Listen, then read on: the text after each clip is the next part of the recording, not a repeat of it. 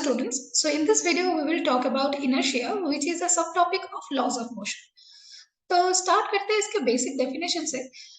जैसे कि हमें पता है, अगर कोई भी ऑब्जेक्ट रेस्ट में है तो अंटिल आप बाहर से कोई एक्सटर्नल फोर्स उसके ऊपर अप्लाई नहीं कर रहे हो, that will remain at rest. और अगर कोई ऑब्जेक्ट मोशन से मूव कर रहा है किसी एक सर्टेन डायरेक्शन में, अगर आप बाहर से कोई भी फोर्स अप्लाई नहीं करते, फॉर एग्जाम्पल अगर आप सोच रहे हो कि आपके पास एक टॉय कार है, आपने उसे मूव करवा दिया एक हॉरिजॉन्टल सरफेस में, अगर कोई भी फ्रिक्शनल फोर्स नहीं होता, it will never come to stop.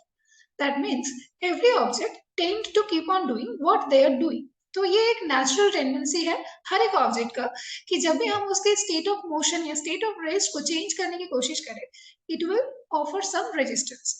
यहाँ से हम लोग इनर्शिया को डिफाइन कर सकते हैं लाइक दैट कि inertia can be defined as the basic property of a matter by virtue of it will try to remain at state of rest or its state of motion until you are applying any external force on it. Or in some other words, we can say it is a resistance of the object that it actually offers when we are trying to change the state of motion or state of rest. तो जब भी हम लोग inertia पढ़ रहे हैं, we have to read the laws of inertia too.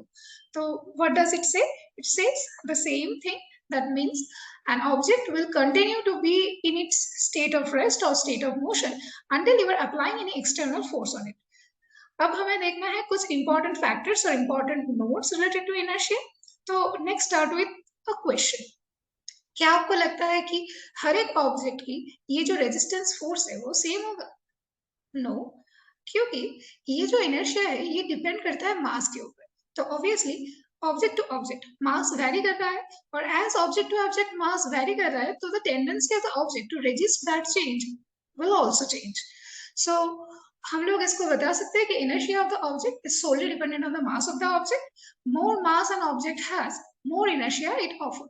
That means अगर आपके पास दो ऑब्जेक्ट है जहाँ पे एक ऑब्जेक्ट की मास जो है वो ज्यादा है, दूसरे ऑब्जेक्ट की मास जो है वो कम है, तो ऑब्वियसली जिस ऑब्जेक्ट का मास ज्यादा है वो रेजिस्टेंस ज्यादा ऑफर करेगा। दैट मीन्स वो इनर्शिया ज्यादा ऑफर करेगा।